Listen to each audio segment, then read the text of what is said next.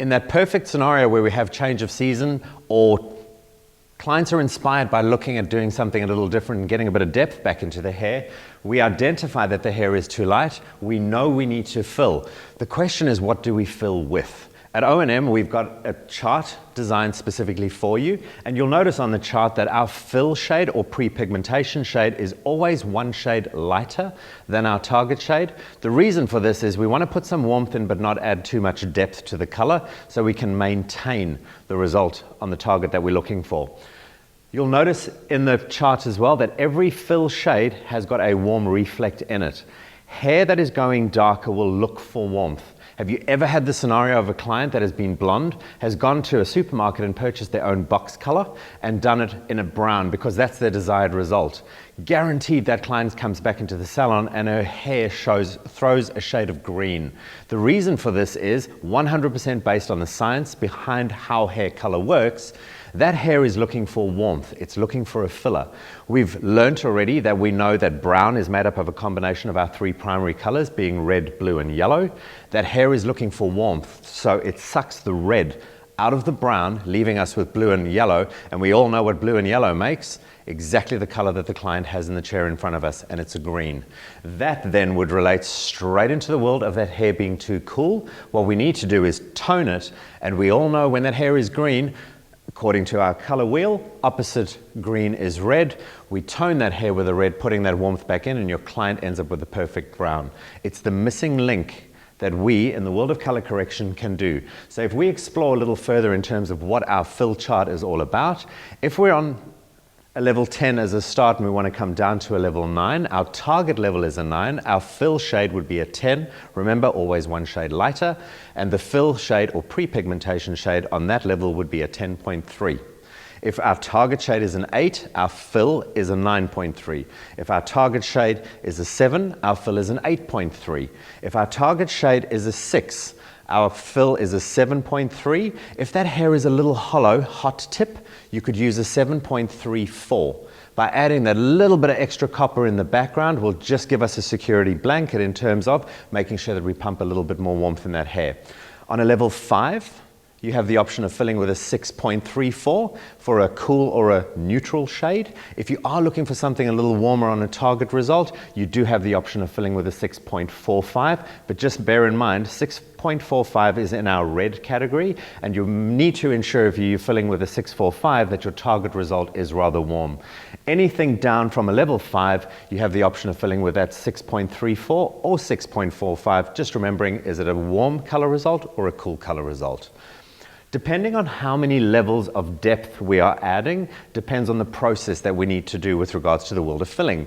What I mean by that is, if I'm going 1 or 2 shades darker, I am able to mix my pre-pigment shade into my color formula and achieve my desired result in one step. And we'll have that opportunity on Kate today, and we'll show you how we achieve that in one result.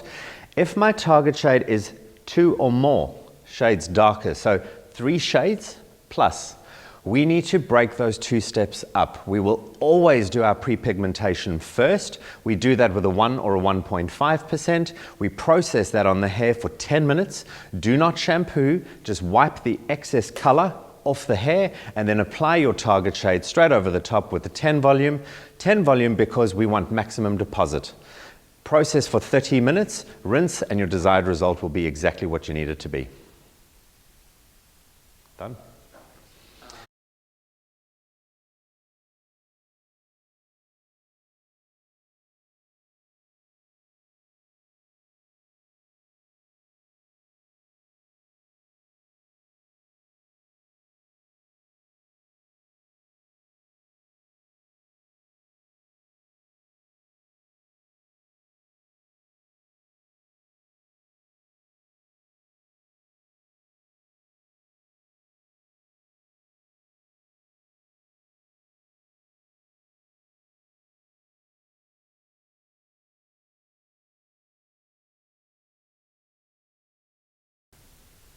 Now that we've addressed the world of being too light, the guest that walks in where her hair is too dark and we want to remove some tone, the options that we have in terms of removal of tone depend on how much tone it is we want to remove.